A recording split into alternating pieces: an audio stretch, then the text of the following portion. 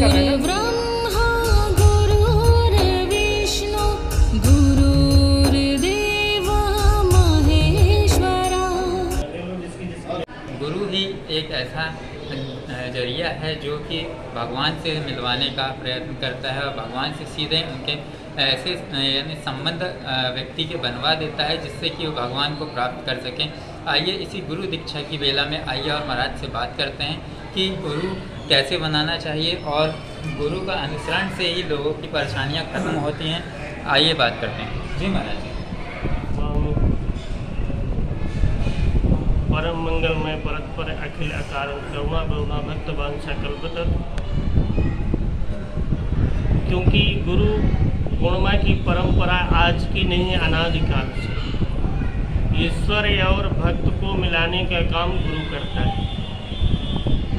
क्योंकि अगर आप गुरु दीक्षित बगैर अगर कोई दान पुण्य करते हो तो उसमें अगर 50% आपको फायदे मिलेंगे तो गुरुमुख होने के बाद वही 90% मिलेंगे। इसे अनादिकाल का, इसे भगवान शंकर ने और गोस्वामी तुलसीदास जी ने रामचरितमानस में लिखा कि गुरु बिन भव निधि तरई न को जो बिरंच शंकर सम होई। शायद हो सकता है कि गोस्वामी तुलसीदास जी राम भक्त थे तो विष्णु का नाम नहीं लिया, लेकिन शिव का और ब्रह्मा जी का नाम स्पष्ट किया। इसलिए गुरु मुख से ही कल्याण होता है। क्योंकि हमारा जो जीवन है और जीवन काल के बाद एक दिन ऐसे समय आता है कि हमें संसार छोड़ के जाना पड़ता है, तो गुरु मुख से ये होता है कि दान पुण्य पूजा पाठ जो भी अच्छे मार्ग हैं उससे हमारा जो है, जैसे देखिए क्या है, संसार में मरना तो सबको है, लेकिन जो ब्रह्मज्ञानी होते हैं, ईश्वर को पहचानने वाले होते हैं, उनको कष्ट नहीं होता। लेकिन एक आदमी ऐसा भी होता है उसको पहले से पता चल जाए तो घुट घुट के उसका प्राणांत होता है। इसलिए गुरु परंपरा को मैं क्या बताऊं, बड़े बड़े देवी देवता भी नहीं इसको गिना सकते हैं। लेकिन ये बहुत सुंदर गुरु और शिष्य की परंपरा जो है ये आज की नहीं, देवलोक से चली आ रही है। आपने सुना होगा देवताओं के गुरु बृहस्पति थे। इसलिए गुरु पूर्णिमा का शुभ अवसर में जैसे आपने देखा हर पर्व का कोई न कोई विशेष तिथि मानी जाती है। तो आषाढ़ शुक्ल पक्ष पूर्णमासी के दिन गुरु पूर्णिमा का त्यौहार मनाया जाता है। शिष्य लोग अपने गुरुओं की पूजा करते हैं और गुरु जो होता है वो शिष्यों को आशीर्वाद देता है। क्योंकि गुरु के पास होता है क्या, ज्ञान के सिवाय तो कुछ होता नहीं, तो ज्ञान ही दे सकता है। इसलिए ये परंपरा जो है अनादिकाल से चली आ रही है और हम लोग भी थोड़ा थोड़ा उसको बढ़ाने का प्रयत्न कर रहे हैं।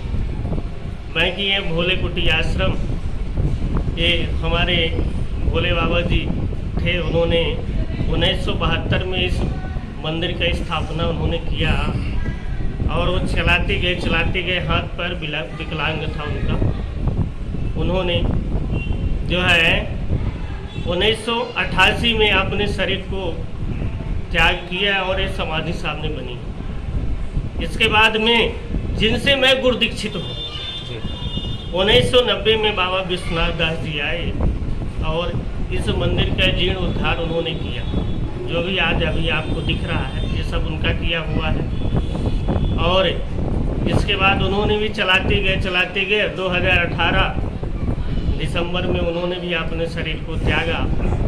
क्योंकि जो भगवान का भक्त होता है ना, उसकी मृत्यु नहीं होती, शरीर को त्यागता है, शरीर को चोला जो होता है उसको छोड़ देता है।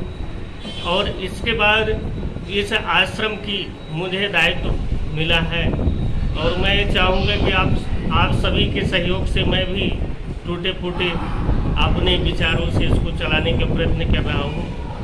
और रोकना चाहूँगा, मैं ये पूछना चाहता हूँ महाराज, इस दिन जो गुरु मंत्र दिया जाता है, गुरु मंत्र का क्या महत्व होता है आज? गुरु मंत्र का बहुत बड़ा महत्व होता है। आत्म कल्याण के लिए और ईश्वर की प्राप्ति के लिए गुरु मंत्र होता है। भक्त और भगवान को मिलाने के जो बीच का गैप होता है वो गुरु पूर्ति करता है।